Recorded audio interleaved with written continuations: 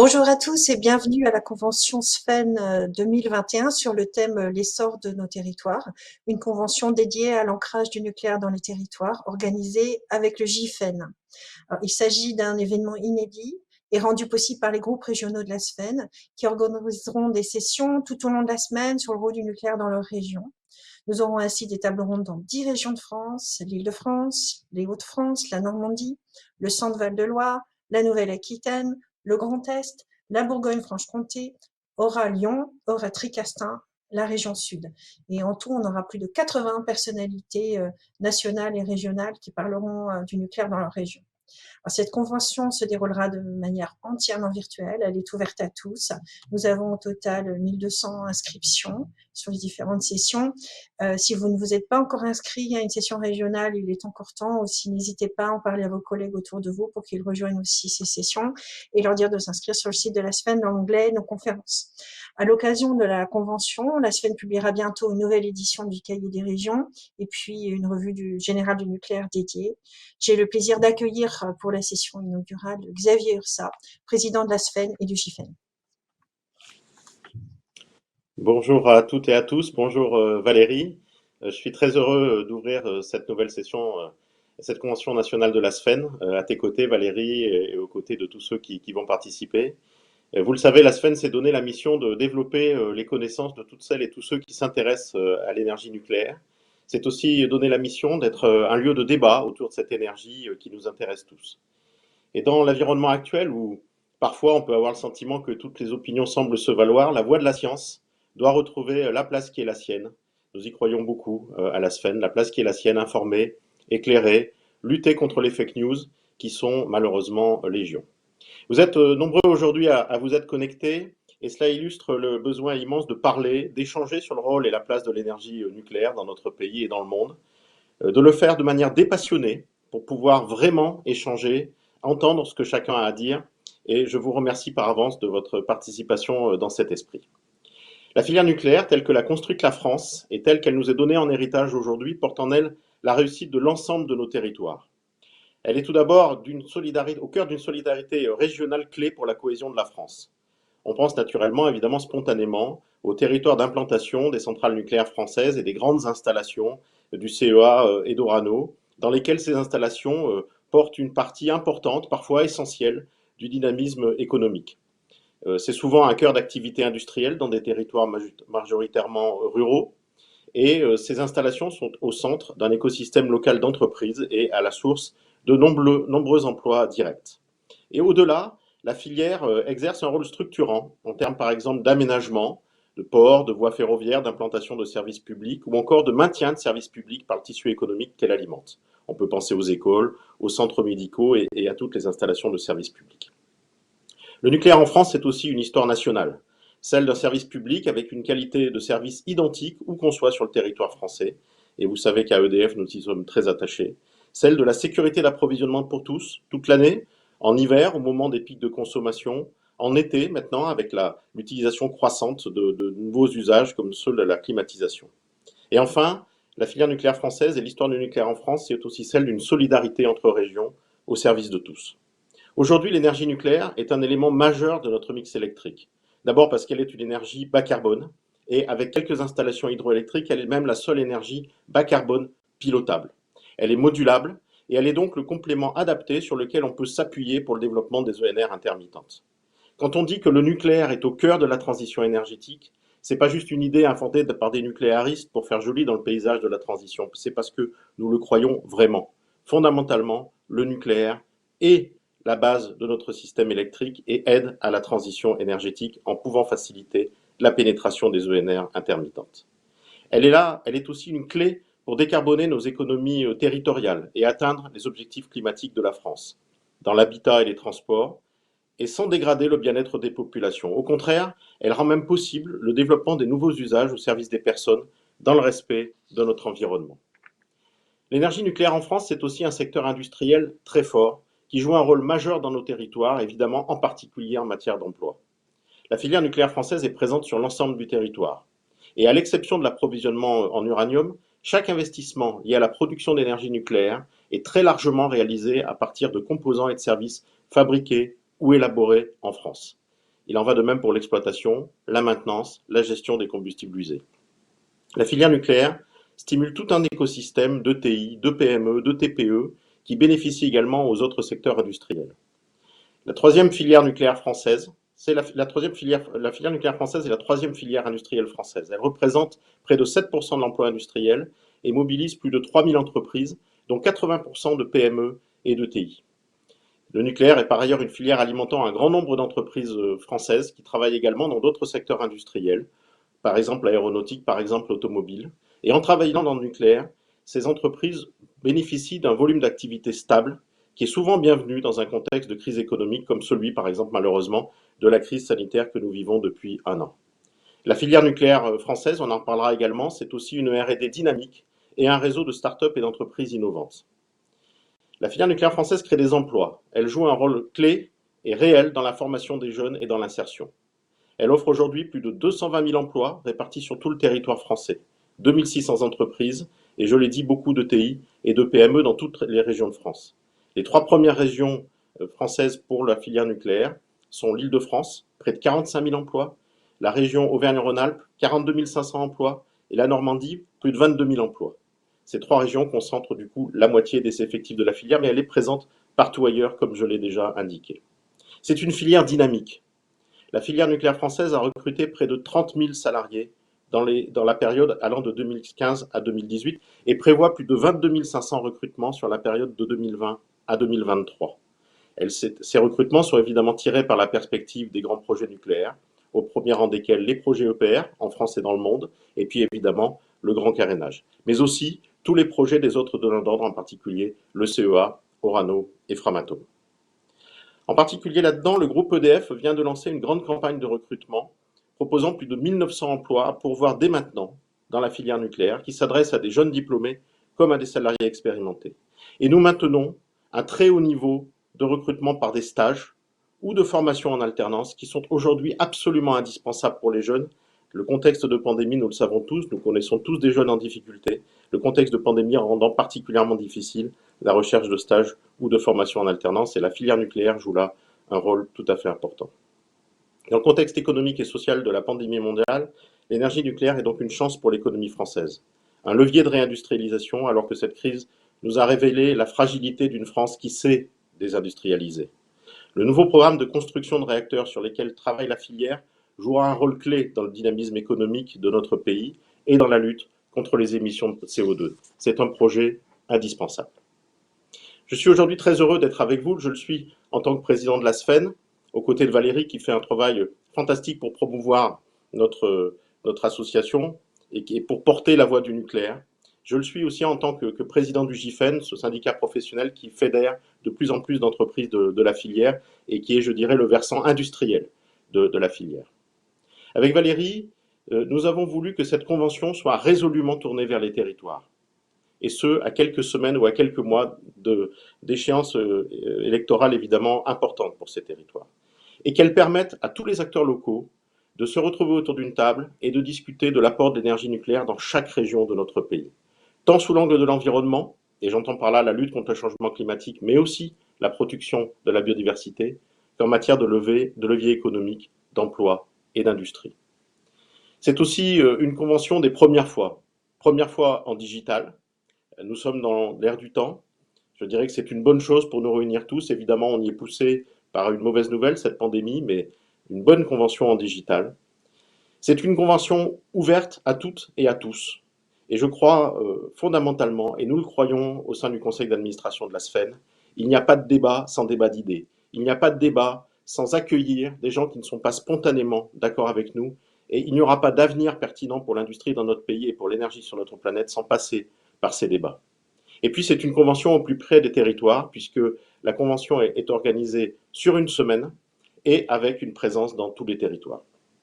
Nous avons ainsi fait le choix d'un webinaire par région, avec les deux mêmes tables rondes à l'heure du déjeuner et en fin d'après-midi, une sur le rôle de l'énergie nucléaire dans la lutte contre le changement climatique, et l'autre sur le rôle de l'énergie nucléaire dans le développement économique territorial. Bien évidemment, les territoires, ce sont aussi des femmes et des hommes qui s'engagent, et je remercie très sincèrement la centaine d'intervenants qui se sont mobilisés, des députés, des élus régionaux et locaux, mais également des directeurs de sites nucléaires, des chefs d'entreprise de la filière, des associations de consommateurs, qui vont partager ensemble des idées pour faire progresser tout le monde au cours de la semaine. Un très très grand merci à tous et un merci spécial aux présidents des groupes régionaux de la SFEN, sans lesquels cette belle organisation n'aurait pas été possible.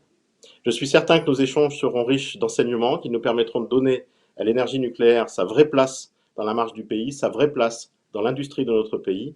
Et je vous souhaite à toutes et à tous une très bonne convention SFEN 2021. Merci beaucoup Xavier.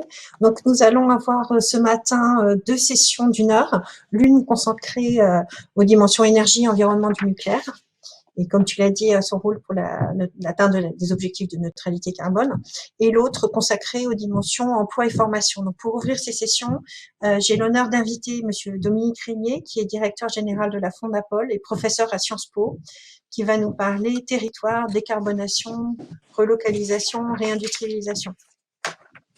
Merci beaucoup Valérie. Merci Valérie. Heureux d'être présent à cette convention SFEN 2021. J'ai écouté avec beaucoup d'intérêt Xavier Ursa nous parler de l'enjeu qui nous réunit.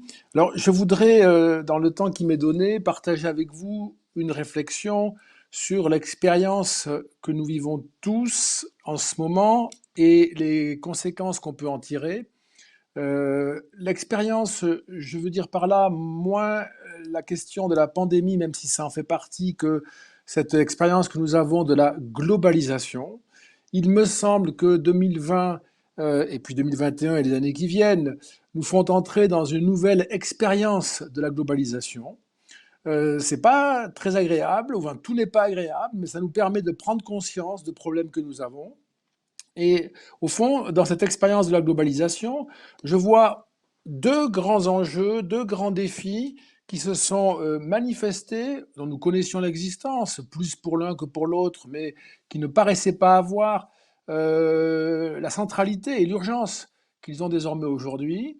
Le premier enjeu, c'est l'enjeu environnemental, c'est la question du réchauffement climatique. Personne ne peut en nier l'importance. Le deuxième enjeu, c'est celui de la souveraineté. La souveraineté qui est révélée par la crise sanitaire, pour le coup, qui a d'autres motifs de manifestation, puisque la question de la souveraineté dans la globalisation, c'est la question de notre dépendance extrême. Bien sûr, on le voit aujourd'hui dans le secteur du sanitaire, inutile de développer ce point, chacun a à l'esprit les exemples qui abondent pour souligner l'importance de cette dépendance. J'ajouterais, moi, la dépendance numérique. Les outils qui nous permettent de nous réunir sont le plus souvent des outils qui ne sont pas nationaux, qui ne sont pas européens, et qui créent une dépendance moins visible, mais qui est néanmoins extrêmement importante, à laquelle il faudra bien qu'on réfléchisse, qu'on apporte une solution.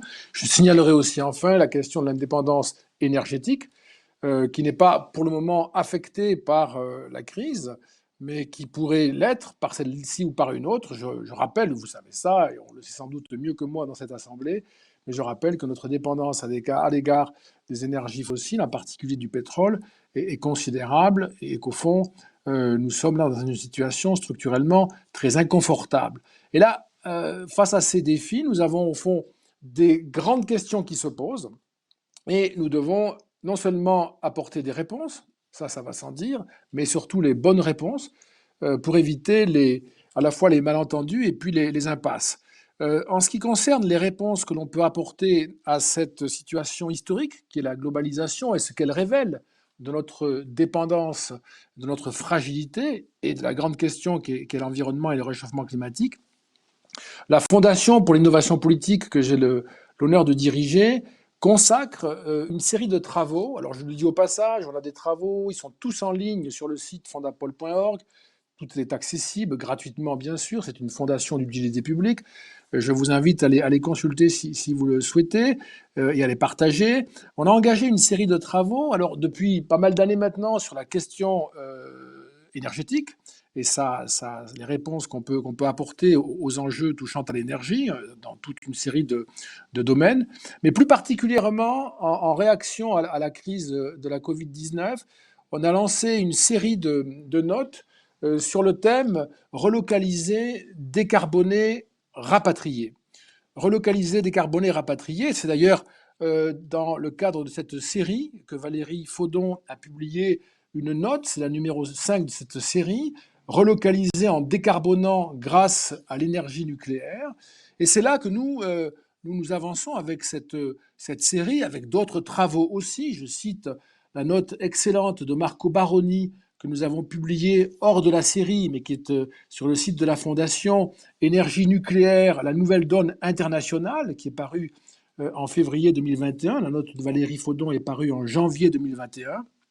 Par ces notes, par ces travaux, nous proposons une réponse, de contribuer à une réponse aux grandes questions qui se posent. Et au fond, cette réponse, elle nous amène à trouver dans la mobilisation des grandes capacités de l'énergie nucléaire et de notre excellence en France, un élément de réponse aux deux dimensions du défi, c'est-à-dire à la fois à l'enjeu environnemental et à la question de la souveraineté. Là, je n'ai pas besoin de le développer, ce sont des éléments qui sont connus et sans doute encore une fois mieux que moi par les membres de cette Assemblée, je l'imagine en tout cas, mais il est certain, c'est désormais admis d'ailleurs, qu'il n'est pas possible d'atteindre les objectifs qui sont les nôtres en termes de décarbonation sans recourir à l'énergie nucléaire. Il n'est pas possible, je dirais, d'atteindre cette décarbonation. Au fond, je devrais ajouter un facteur. Sans recourir, donc il faut décarboner, oui, mais il ne faut pas non plus, ça ne me paraît pas recevable, il ne faut pas non plus imaginer que la décarbonation se fait dans une décroissance. Le thème existe, il est ici ou là exhibé, mais il pose des problèmes par lesquels je terminerai dans une minute. Donc décarboner est une réponse à la question du défi climatique, à la question de l'environnement. Décarboner est aussi une réponse à la nécessité de réinventer un système productif français et européen. Je ne développe pas ce point, mais c'est aussi une opportunité pour nous tous. C'est évidemment un enjeu de souveraineté. La souveraineté s'entend ici à l'échelle de l'Europe, pas spécifiquement à l'échelle de la France. À l'échelle de l'Europe, il y a une souveraineté européenne à faire vivre, à défendre, et les dissensions, voire les divergences de point de vue sur les énergies, et en particulier sur l'énergie nucléaire, peuvent peut-être être surmontées. Il semble qu'on progresse tout de même pour aller dans un sens qui est conforme à la nécessité de décarboner. Je voudrais ajouter quand même que, chacun l'aura vu, il y a des mouvements extrêmement intéressants dans le champ politique, du côté en particulier de la sensibilité écologiste à l'échelle européenne, qu'il s'agisse des écologistes finlandais, des écologistes norvégiens qui ont très récemment pris position en faveur du nucléaire au nom de l'environnement, ou aussi en France, moi ça m'a beaucoup frappé, François de Rugy qui très récemment a fait à ce sujet des déclarations qui attestent des mouvements qui sont en cours et qui sont encourageants. Je voudrais terminer en évoquant non pas la dimension environnementale et écologique du recours à l'énergie nucléaire, mais bien sûr aussi sa dimension économique. Cela a été dit par Xavier Ursa, donc je ne vais pas renouveler ce développement-là, il a été très bien exposé. L'importance du nucléaire dans l'écosystème français, tout ça a été très bien dit. Il faut quand même ajouter que le recours à l'énergie nucléaire nous apparaît en tout cas à la Fondation pour l'innovation politique comme la bonne réponse pour trois raisons supplémentaires, qui sont que d'une part, c'est une façon, et sans redire ce qui a été dit précédemment, de réancrer le développement économique dans les territoires, dans l'ensemble de nos territoires, alors que nous avons en France, et nous le savons, une crise du rapport au territoire depuis quelques années, qui est une crise à laquelle il faut répondre avant qu'elle ne débouche sur des dysfonctionnements politiques majeurs. On a déjà eu une alerte forte avec le mouvement des Gilets jaunes, chacun évidemment s'en souvient. Il ne faut pas en rester là, il est urgent de réorganiser la production française pour aller au plus près des territoires, servir les territoires. Ça, c'est un premier point. Le deuxième point, il est fondamental de recourir à une énergie qui, ne carbonant pas, aidera le pays à maintenir un haut niveau de croissance. La décroissance est une idée sur laquelle on pourrait avoir des discussions, mais qui n'est pas négociable du point de vue de l'opinion, qui n'est pas acceptée par l'opinion. L'opinion préférera une croissance qui carbone à une décroissance décarbonée. Et donc là, il y a un mouvement de consensus qu'il faut favoriser pour les classes populaires, pour les classes moyennes en particulier. Et puis, je dirais que, et je terminerai par là, la question de l'énergie décarbonée, de l'énergie nucléaire en particulier, est une manière de répondre efficacement, de façon très concrète, à l'attente de souveraineté qui existe dans le pays, au désir de retrouver les signes de l'excellence française, non seulement au plan industriel nationalement, mais aussi à l'exportation dans le monde, car c'est une filière dans laquelle la France brille, comme chacun le sait. Sur le plan scientifique également, la France a sans doute besoin de renouer avec une culture scientifique beaucoup plus conquérante que ce n'est le cas aujourd'hui, où nous avons une sorte de défiance problématique à l'égard de la science. Et puis enfin, il paraît indispensable d'offrir une prise raisonnable, une prise au fond recevable à cet enjeu de la souveraineté, pour ne pas, au fond, laisser ce sujet en monopole à des formations politiques qui en feraient un mauvais usage sans aucun doute pour accroître les troubles dans lesquels le pays peut se trouver. Donc c'est à ce titre et à tous ces titres que la Fondation pour l'innovation politique est heureuse de proposer sa série de travaux et de vous en faire ici une présentation très résumée dans le cadre de la Convention SFEN 2021. Merci beaucoup. Merci beaucoup, Dominique. Nous allons désormais commencer notre première table ronde qui sera consacrée à l'ancrage du nucléaire dans les territoires sur sa dimension énergie et environnement. Donc, pour cette table ronde, j'ai l'honneur d'accueillir Philippe Storr, qui est directeur des énergies au CEA et vice-président de la SFEN, Carmen Munoz-Dormoy, qui est directrice des activités aval de la R&D EDF, et va nous rejoindre bientôt Thomas Vérinck, directeur de la stratégie de RTE. Donc, quelques instructions. Alors, nous allons d'abord échanger avec nos invités pendant 30 minutes, puis nous aurons une vingtaine de minutes de questions. Donc, pour poser des questions, vous devez quitter le mode plein écran et vous aurez une interface qui vous permettra de poser des questions. Donc, vous pouvez commencer dès maintenant à les poser au fil de l'eau. Donc, première question à Philippe Storr. La direction des énergies du CEA vise à promouvoir toutes les solutions de décarbonation de l'énergie dans une optique de neutralité carbone. Est-ce que vous pouvez décrire ces solutions? Comment elles sont développées dans les territoires en particulier et avec quels partenaires? Merci Philippe.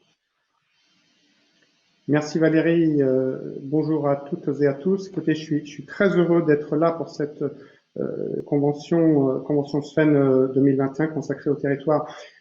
Alors en introduction, je souhaite rappeler que le CEA, vous le savez bien tous, c'est un organisme de recherche dont les activités vont de la recherche fondamentale à la recherche appliquée et au transfert technologique vers l'industriel.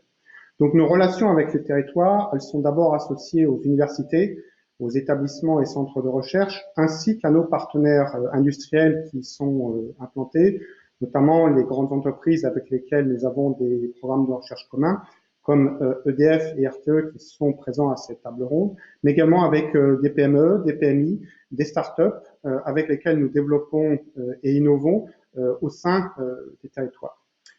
Ceci dit, nos relations avec les territoires, elles concernent aussi les communautés locales et les échelons territoriaux. Je pense en particulier aux régions, je pense également aux EPCI, établissements publics de coopération intercommunale, que ce soit pour des études de plans énergétiques qu'on peut réaliser avec ces dernières ou des projets particuliers en matière d'énergie. Le CEA est ainsi un partenaire de référence pour les territoires avec sa direction des énergies.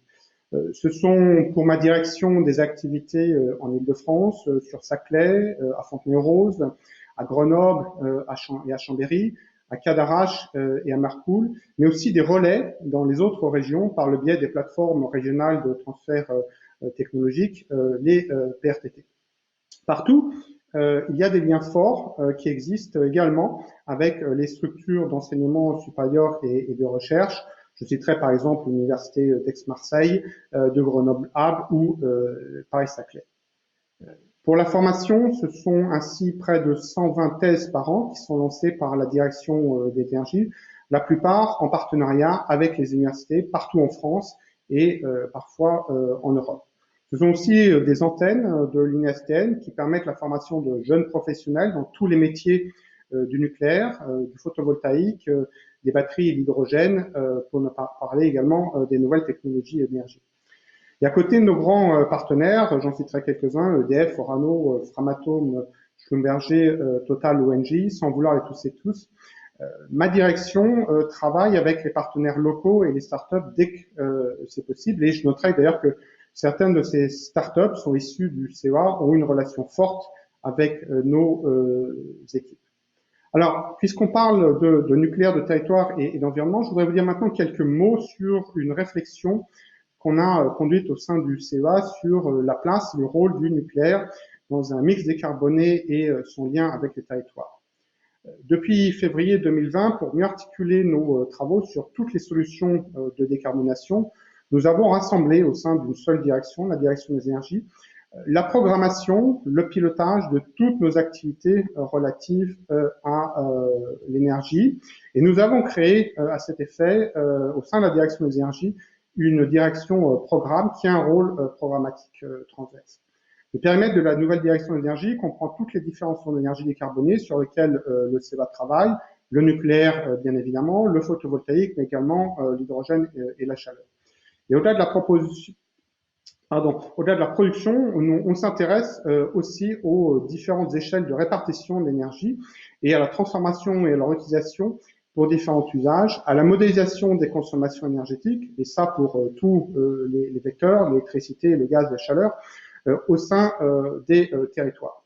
Donc l'objectif de ma direction, c'est vraiment de mettre toutes les connaissances et compétences du CEA au service de l'agenda 2050 pour la neutralité carbone.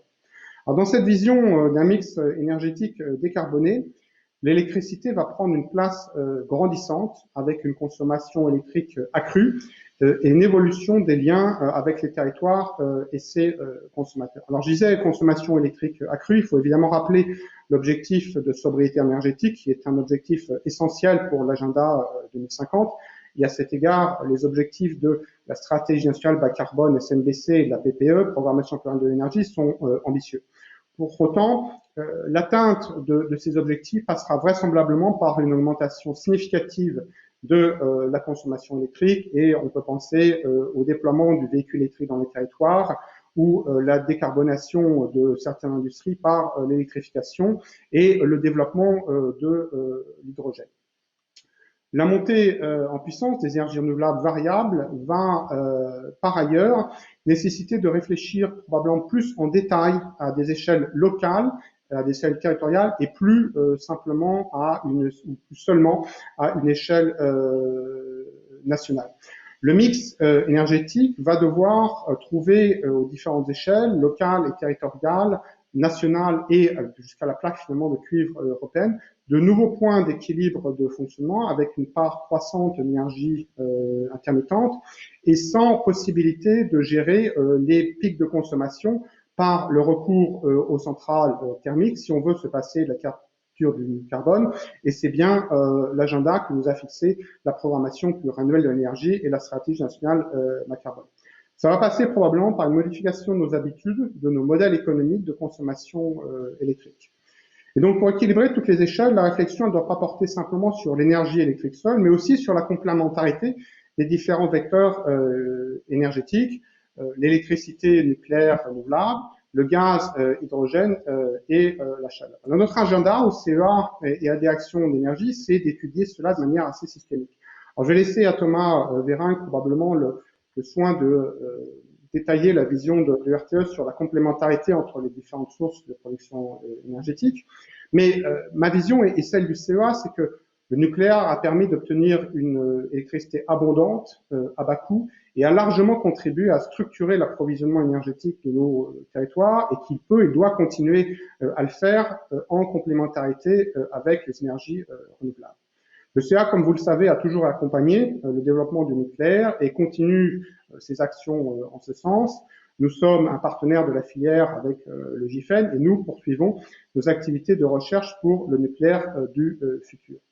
Le nucléaire, c'est un pilier d'un mix énergétique décarboné et le développement accru des énergies intermittentes avec les énergies renouvelables va exiger cependant du nucléaire qui s'adapte et renforce sa contribution à la flexibilité du système et puisse contribuer aussi avec l'hydrogène à de nouvelles formes énergétiques. Nos recherches portent donc sur le nouveau nucléaire avec des solutions de flexibilité accrue, sur des solutions de fermeture du cycle du combustible par le multirecyclage. Comme vous le savez, à terme, ça nécessitera des réacteurs rapides qui pourront s'inscrire dans la lignée du savoir-faire sur la technologie sodium. Mais nos recherches portent aussi sur la possibilité d'hybrider les systèmes énergétiques, comme par exemple utiliser l'énergie nucléaire pour produire des briques d'un autre vecteur énergétique, et ça directement au sein des territoires. À côté des grandes centrales nucléaires de puissance, des centrales plus petites de type SMR, associées à des industries fortement consommatrices d'électricité ou productrices d'autres types d'énergie, sont une solution innovante, intéressante, sur lesquelles nous travaillons activement, avec des potentiels nouveaux au sein des territoires, comme la production de chaleur, la cogénération ou la production d'hydrogène local. Dans ce cadre, le CEA est un partenaire du projet SMR Newards, qui est porté par la filière française, mais on développe également en propre d'autres concepts d'hydrogène. Alors pour illustrer comment finalement nos activités de recherche, dont j'ai essayé de dresser un grand panorama, se traduisent dans un travail commun avec les territoires, je voudrais prendre l'exemple de la joint venture que nous avons dernièrement créée avec des partenaires industriels et la région Occitanie. Produire de l'hydrogène décarboné est un enjeu majeur du plan hydrogène déployé par l'État. La voie qu'on met en avant au CEA et qu'on développe avec nos équipes est celle de l'électrolyse à haute température à oxyde solide. Alors, si on utilise pour l'électrolyse une énergie décarbonée comme l'énergie nucléaire, eh bien l'hydrogène qui est produit évidemment est décarboné. Et de ce point de vue-là, dans le couplage nucléaire production d'hydrogène, la technologie haute température présente de nombreux avantages. C'est une technologie qui permet d'atteindre un bon niveau d'efficacité, qui réduit considérablement la consommation d'électricité. Et puis, si on la coupe avec un réacteur comme les SMR, par exemple, on peut bénéficier d'un apport de chaleur par le réacteur avec une efficacité énergétique accrue pour l'ensemble. Et puis cette technologie, elle est assez innovante puisqu'elle est complètement réversible et elle permet de basculer d'un mode électrolyse à un mode pile à combustible. Et donc avec un couplage avec le nucléaire, on aura une possibilité d'utilisation flexible encore accrue. Donc ça, c'est une belle illustration de la coopération étroite qui existe entre nos équipes, les régions, et ça illustre aussi notre capacité à transformer des innovations technologiques en développement concret avec des partenaires industriels dans les territoires, puisque la joint venture que nous avons créée, qui rassemble le CEA, les industriels Schlumberger, Vicat et Vinci, et l'agence régionale énergie-climat de la région Occitanie, va, avec cette société, s'est donné comme objectif de déployer la technologie pour cette production d'hydrogène avec un objectif de gigafactory.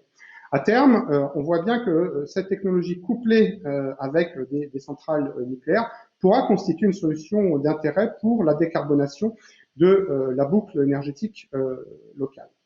Alors, je terminerai aussi mon propos peut-être en dressant un petit peu un panorama, comment est-ce qu'on a d'autres types d'interactions au-delà de la création de startups,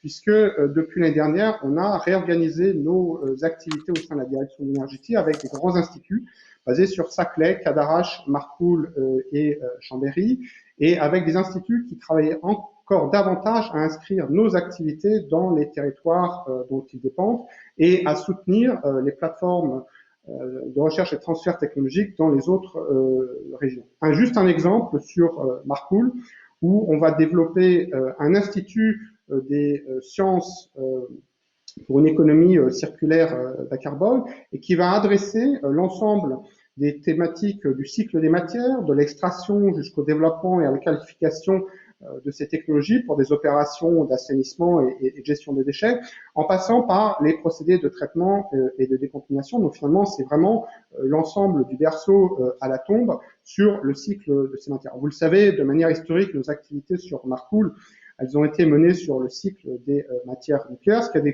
conduit à développer des compétences et des savoir-faire très reconnus en chimie extractive, en génie des procédés et en construction d'installations pilotes industrielles.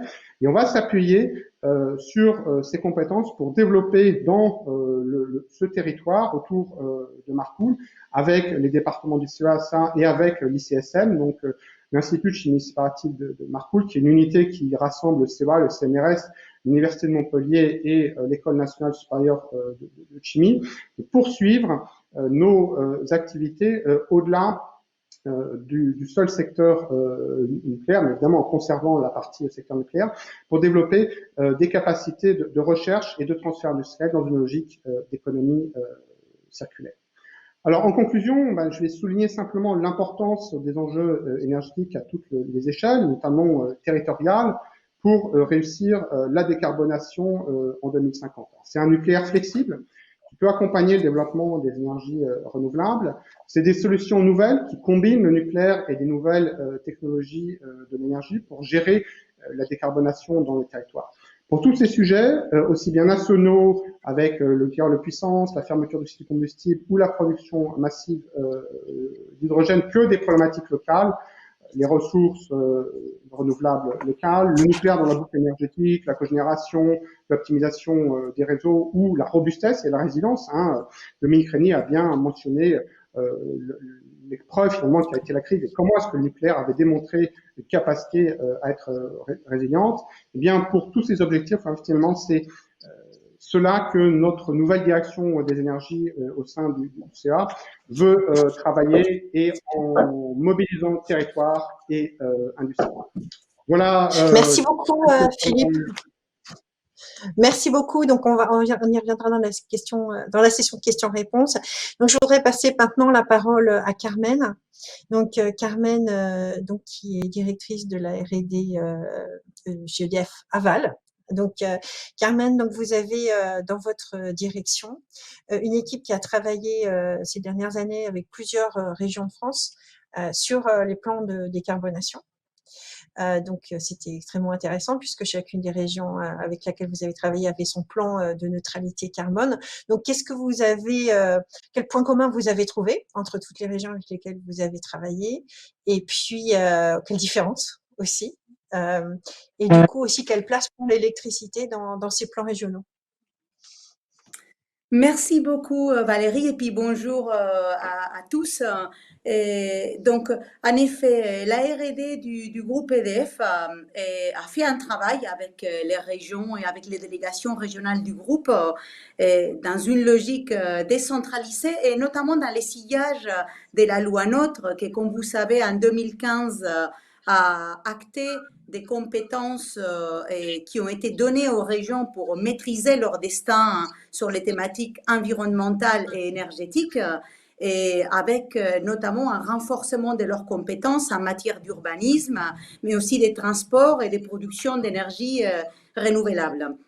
Donc, en fait, on a commencé en 2018 avec une sollicitation de la délégation régionale d'EDF pour la région PACA.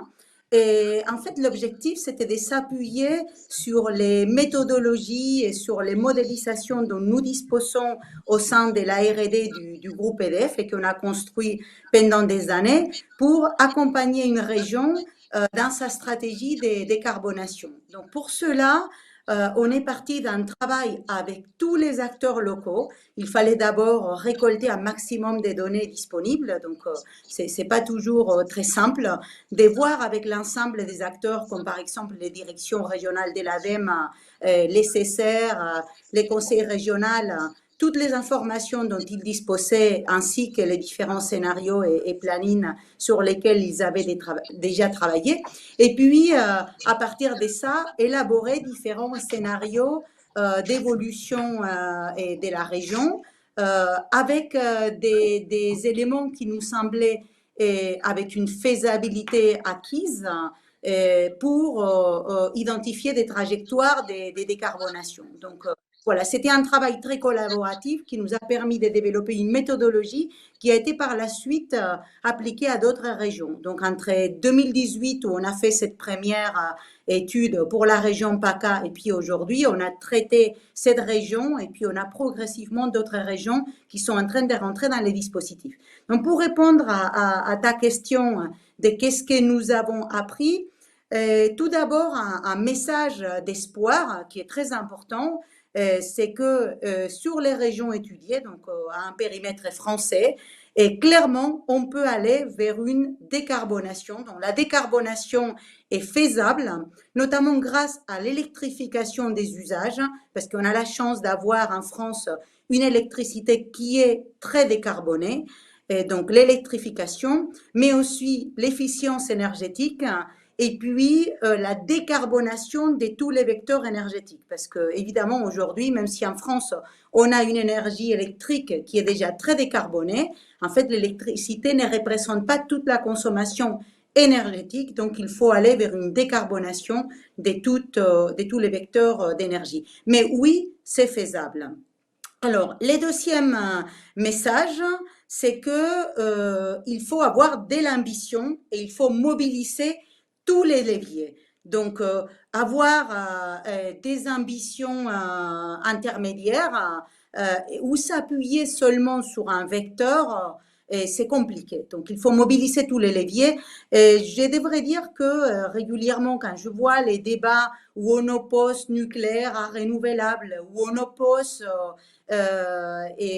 électrification à efficience, c'est des choses qui me désolent parce qu'en tant que chercheuse, et sur la base des études que nous avons réalisées, on voit bien qu'on doit mobiliser tous les efforts de décarbonation et qu'on doit se battre contre les sources d'énergie carbonée et ne pas opposer des moyens de décarbonation les uns contre les autres. Quelque part, ces oppositions-là, parfois, peuvent être presque un moyen de détourner l'attention des besoins de sortir des fossiles. Donc, il faut utiliser tous les leviers et on les voit dans les études régionales.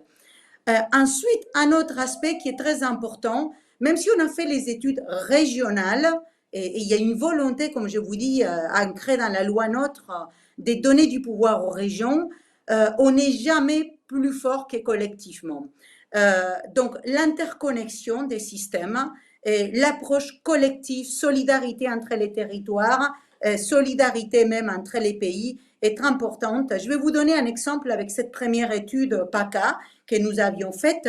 Donc, on a vu que grâce à l'interconnexion des systèmes européens, on pourrait rajouter plus de 7 gigawatts de capacités renouvelables dans PACA à horizon 2035. Cette capacité renouvelable, si elle devait uniquement être utilisée dans un équilibre systémique à la maille de la région, poserait des problèmes et donc ce ne serait pas si facilement réalisable. Mais dans un système interconnecté, ces potentiels-là peuvent être exploités. Et le dernier point, en fait, qu'on a appris, puisqu'on a étudié différents scénarios, c'est que l'efficience énergétique est quelque chose qui est nécessaire, mais clairement, ce serait insuffisant pour atteindre la neutralité carbone. Donc, je reviens par rapport à ce que Dominique Régnier nous a dit tout à l'heure sur la logique des décroissances. Alors, clairement, si on vise à imposer la neutralité carbone uniquement par l'efficience énergétique, on risque d'imposer des contraintes aux populations peu acceptables et qui conduiraient sans doute à maintenir des schémas qui nécessiteraient l'usage des solutions et d'énergie carbonée. Donc, c'est vraiment très important et on l'a vu dans les différents scénarios qu'on a utilisés à la maille régionale. de donner un futur qui soit efficient et sobre en carbone, mais en même temps qui soit souhaitable et acceptable pour les populations. Donc voilà, une électrification décarbonée, une efficience énergétique faisable et forte, mais qui ne suffira pas elle seule pour atteindre la décarbonation. Donc voilà les principaux renseignements qu'on a obtenus de ces études. Je pense que tout au long des colloques organisés par la SFEN, on aura l'occasion de présenter les spécificités des études régionales qui ont été réalisées, mais franchement, elles étaient motivantes, extrêmement intéressantes. Et je vous dis, au niveau de la maille française, elle donne beaucoup d'espoir parce qu'on a déjà cet énorme atout, grâce au nucléaire et aux renouvelables, de disposer déjà d'une énergie qui est très décarbonée sur la maille de l'électricité et un potentiel pour servir comme un vecteur de décarbonation globale de l'économie. Merci beaucoup Carmen. Oui, en effet, on aura dans la session Île-de-France cet après-midi la présentation d'une personne de votre équipe sur les scénarios Île-de-France et demain midi aussi dans la session Hauts-de-France. Merci beaucoup Carmen. Donc, je voudrais savoir si Thomas est là ou Olivier est là pour RTE.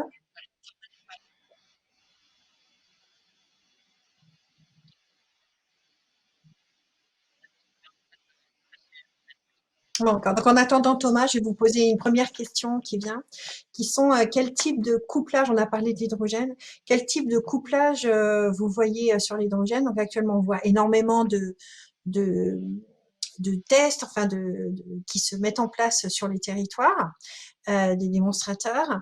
Alors, est-ce qu'on fera du nucléaire avec les centrales existantes? Pose la question d'un auditeur.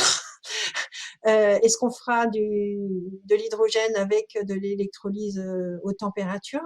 Est-ce qu'on fera de l'hydrogène avec de futurs réacteurs de demain? Voilà, donc quels seront un petit peu les modes que vous voyez aujourd'hui, avec aussi quel horizon de temps? Alors, je commence, Valérie. Alors, le nucléaire a la capacité, par sa forme de production massive, d'apporter une réponse et une solution aux besoins énergétiques pour la production d'hydrogène. Si on aborde simplement le vecteur hydrogène comme un moyen de gérer et de stocker l'intermittence des énergies renouvelables, ça risque de conduire à des investissements forts dans des moyens qui vont avoir des facteurs de charge relativement limités. Donc, au global, une économie qui risque d'être assez difficile. Le nucléaire et la production d'hydrogène, il y a à peu près trois grandes manières de le faire. Il y a une première manière qui est simplement finalement qu'un électrolyseur soit couplé au réseau et comme toute installation industrielle, tire de l'électricité du réseau dont on sait qu'effectivement en France, elle est essentiellement d'origine nucléaire. C'est un couplage, on va dire, relativement faible, avec un modèle économique derrière qui peut être soit sous une forme de marché, soit finalement avec un contrat d'approvisionnement que une centrale nucléaire peut conduire avec un producteur industriel qui soit d'hydrogène comme d'autres. Ça, c'est un couplage finalement, on va dire, contractuel. Il y a une deuxième manière, et c'est ce que je mentionnais avec l'électrolyse en température, qui est de concevoir un système où finalement, énergétiquement, on va récupérer un peu de chaleur du réacteur pour alimenter en chaleur l'électrolyse en température et avoir un système qui, techniquement, est plus efficace et qui, en plus, va pouvoir fonctionner dans les deux sens.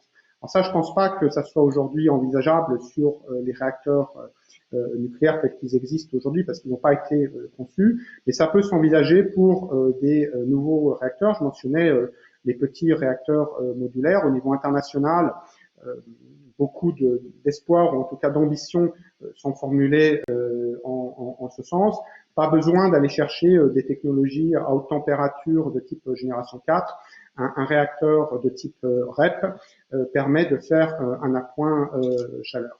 Et puis il y a des technologies qu'on a investiguées aussi par le passé côté CEA, qui étaient des technologies à plus haute température, non pas par la voie électrolytique, mais avec des voies de type thermochimique, le cycle iode-soufre par exemple, sur lequel aujourd'hui on pense que à l'horizon de la dizaine d'années, elles n'auront pas la compétitivité par rapport à la voie électrolytique. Donc, nucléaire pour la production d'hydrogène, c'est quelque chose effectivement qui est important. Et puis, des nouveaux systèmes techniques qui peuvent être conçus. Merci beaucoup.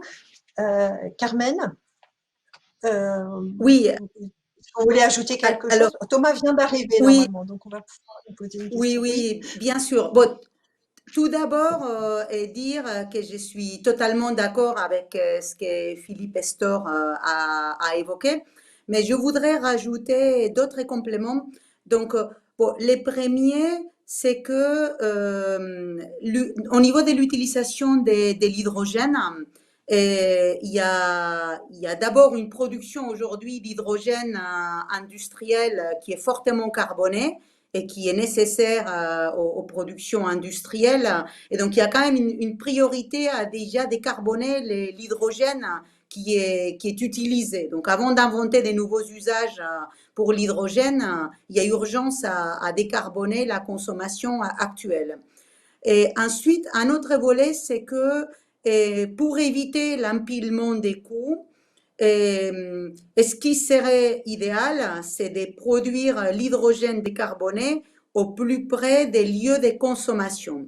Les lieux de consommation actuels, donc pour les industries qui l'utilisent, et les lieux de consommation futurs. Parce que dans nos travaux de R&D, ce que nous voyons, c'est qu'il y a beaucoup d'activités, des secteurs qui peuvent être totalement décarbonés grâce à l'électricité, mais qu'il y a un certain nombre de secteurs pour lesquels l'électricité en utilisation directe ne suffira pas. Donc, je pense notamment au transport lourd et aussi à certaines industries. Donc, par exemple, si on envisage la décarbonation de l'acier ou la décarbonation de la production du ciment, l'utilisation de l'hydrogène pour faire du CCUS semble un élément incontournable pour aller vers une décarbonation profonde. Donc voilà, l'hydrogène est un vecteur qui sera indispensable dans la décarbonation de l'économie,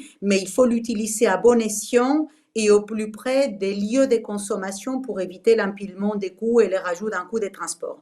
Donc, quand je dis ça, clairement, nous, côté R&D, on étudie l'hybridation avec les centrales nucléaires et notamment avec la construction des centrales nucléaires futures.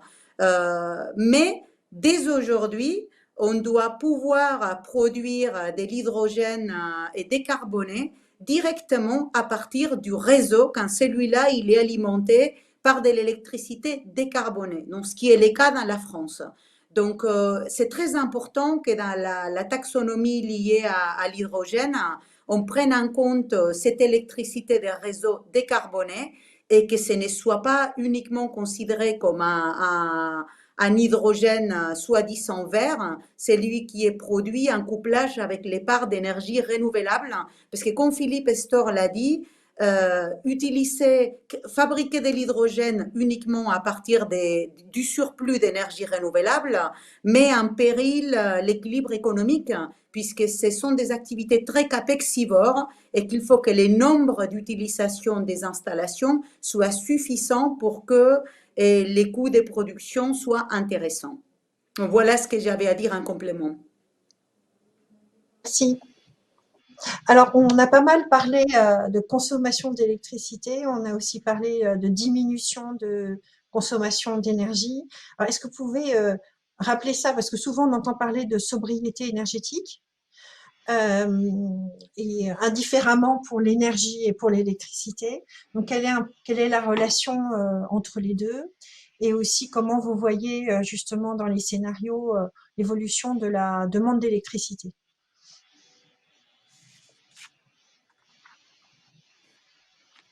Allez, Carmen. Démarre. Bon, donc, oui, comme je disais, dans les études régionales que nous avons faites, on a vu qu'il faut utiliser tous les leviers. Donc, clairement, les gaspillages n'est pas une voie d'avenir dans une planète avec des ressources limitées. Et donc, clairement, on voit dans les réglementations successives, par exemple pour les bâtiments, qu'on renforce et l'isolation. On a des exigences supérieures qui font qu'en énergie primaire, les bâtiments consomment de moins en moins. Donc ça, il faut poursuivre dans cette voie de l'efficience, de l'efficacité énergétique. Ensuite, clairement, dans les cas du logement, et la réglementation énergétique 2020 va dans ce sens-là, 2020 qui est actuellement en cours des discussions et finales, mais clairement, nos études d'R&D montrent que les moyens les plus efficaces de décarboner, c'est plutôt de passer au vecteur électricité. Ensuite, les vecteurs électricité, quand c'est en plus de la pompe à chaleur qui permet d'utiliser un levier supplémentaire par de la chaleur renouvelable, donc c'est encore plus efficace. Donc, je l'ai dit clairement parce que si on doit choisir entre faire de l'isolation en maintenant des énergies fossiles pour faire du chauffage ou aller directement vers l'électrification avec de la pompe à chaleur, d'un point de vue de la décarbonation, aller vers la pompe à chaleur est beaucoup plus efficace. Donc, il faut prendre en compte cette question de la sobriété CO2 qui est clé. Et pas dévoyer les discours des sobriétés. Parfois, ils sont détournés et traduits et des façons qui peuvent créer des biais cognitifs dans les raisonnements. Donc, si on parle en matière des sobriétés carbone, il faut bien choisir ses priorités. L'électrification est prioritaire dans un contexte décarboné comme celui de l'électricité en France. Mais l'un n'obère pas l'autre, donc il faut travailler sur l'aspect réduction des consommations chaque fois que c'est possible. Je voudrais revenir sur quelque chose qui est public, qui est la stratégie nationale et bas carbone de la France. Donc, cette stratégie nationale bas carbone, qui a été la référence aussi pour la PPE, elle prévoit sur la consommation énergétique globale de la France une baisse significative, tout en augmentant la production d'électricité qui passe des 500 TWh en 2020 à 635 TWh en 2050, avec une électricité totalement décarbonée, en 2050. Donc, avec une électricité totalement décarbonée. Donc, vous voyez, en même temps qu'on a une efficience très forte et une diminution globale de la consommation d'énergie, on a une augmentation de la consommation d'électricité, mais d'une électricité décarbonée et qui est utilisée de façon très large dans l'industrie, dans les résidentiels, dans les tertiaires. C'est une bonne transition. Merci Carmen, parce que je crois qu'on a Thomas Vérin qui a réussi à se connecter. Super. Bienvenue. Bonjour. Thomas. Bonjour. Donc, en fait, on parlait électricité, on parlait consommation d'électricité. On a parlé aussi des schémas régionaux. Et je crois que justement, il y a une forte différence de production d'une région à une autre et un rôle du réseau d'électricité pour assurer justement la sécurité d'approvisionnement entre les régions. Alors, je crois que c'est d'actualité parce que RTE a publié à la fois le bilan 2020, en fait, des productions en particulier régionales et des consommations, mais aussi un bilan 2020. Donc, comment vous voyez un petit peu donc ce rôle des solidarités, le rôle du réseau, le rôle des solidarités régionales et puis la consommation d'électricité. Oui, merci Valérie. Alors, désolé pour mon retard et puis pour les conditions un peu délicates de connexion. J'espère que vous m'entendez quand même. Je vais essayer de parler lentement au cas où il y ait quelque chose d'un peu haché. j'ai trouvé intéressant dans la formulation même de la table ronde de parler de nucléaire et de territoire, parce qu'en réalité, on s'aperçoit que c'est pas toujours comme ça, ou c'est pas nativement comme ça que la problématique a été présentée. Et effectivement, lorsqu'on est en situation de construire ces futurs scénarios pour 2050, et puis notamment avec des trajectoires, on s'aperçoit bien que quel que soit le choix politique, nous demande le plus de prendre en compte. Alors, ce qui est intéressant et dans le cas français, c'est que clairement le réseau de transport qu'on a aujourd'hui, c'est un réseau qui est construit pour le parc électronucléaire. Il y a eu 2 grands âges de construction du réseau qu'on a aujourd'hui. Je ne parle pas du réseau qui a déjà été du réseau de la première moitié du XXe siècle, qui est plus vraiment présent aujourd'hui, mais il y a eu le réseau de la reconstruction du pays après la Deuxième Guerre mondiale. Puis il y a une deuxième grande phase d'investissement dans le réseau qui sont les années 80-90 pour le programme électronucléaire, et ça a conduit à un réseau qui est finalement très typique de la France. Aujourd'hui, on s'aperçoit qu'il a été très adapté à la première phase de développement des énergies renouvelables, c'est-à-dire qu'il permet d'échanger de grandes quantités d'électricité d'un bout du pays à l'autre. Et en fait, c'est exactement ce dont on a besoin quand on met des énergies renouvelables.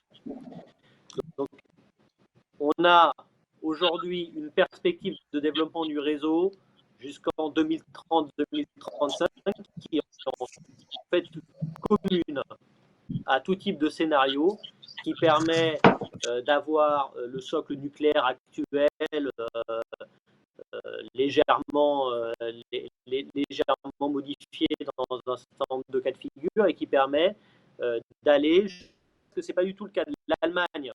On parle souvent de l'Allemagne. L'Allemagne n'avait pas un réseau avec des transverses, des verticales nord-sud très développées, et elle doit les renforcer très significativement dès aujourd'hui. Après, c'est, je pense, vers 2030 que 2030-2035 qu'il peut y avoir une avance assez significative dans une proportion que je ne suis pas encore en mesure de restituer, mais dont on parlera à l'automne quand on rendra nos scénarios 2050, sur la différence entre des scénarios où il y aurait du nouveau nucléaire et des scénarios où on irait vers essentiellement des énergies renouvelables. Il faudra dans tous les cas de figure garder une configuration du réseau qui est de se dire je transfère de grandes quantités d'électricité d'un point à l'autre du territoire.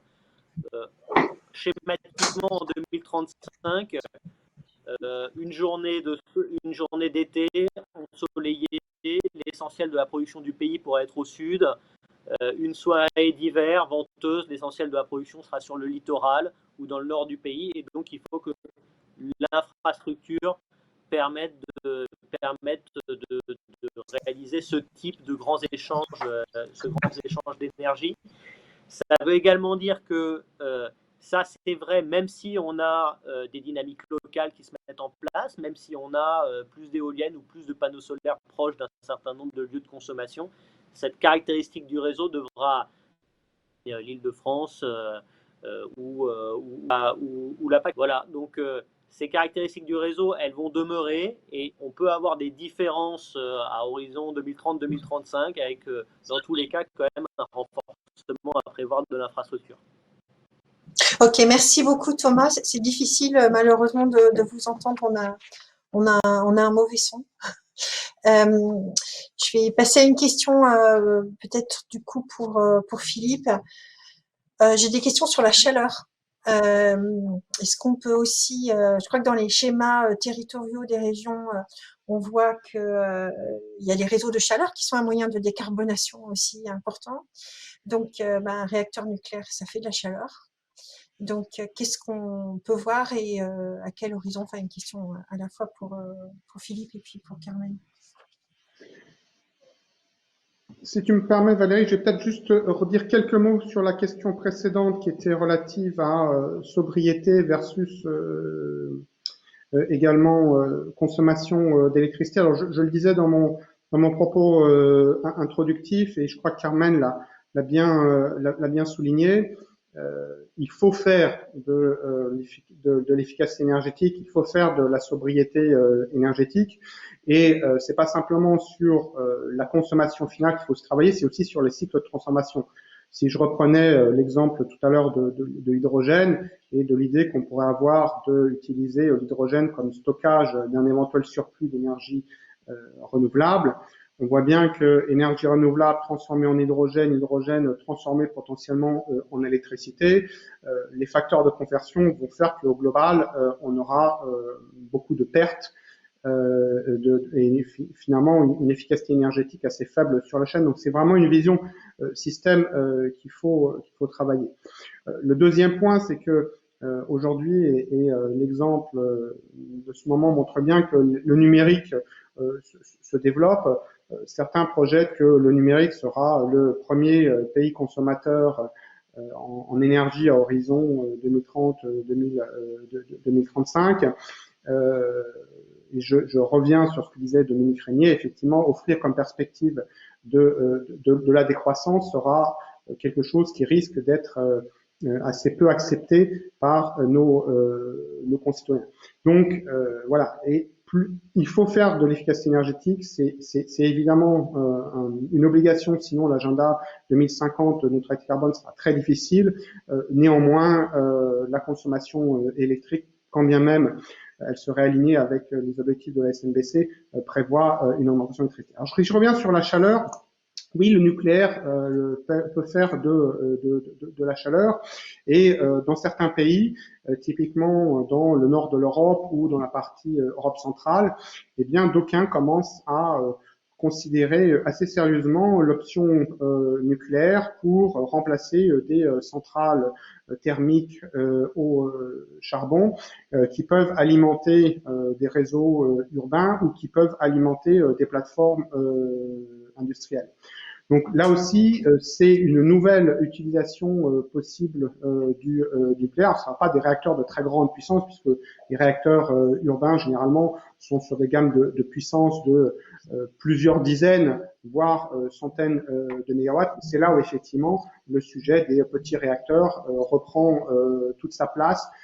Et si on les met en mode cogénération, si on les met avec de l'hydrogène, on voit bien qu'on peut avoir un outil au niveau de la boucle locale qui pourrait être complémentaire des grandes transversales nord-sud, est-ouest dont parlait Thomas Verenck pour la solidarité et l'équilibre au niveau national.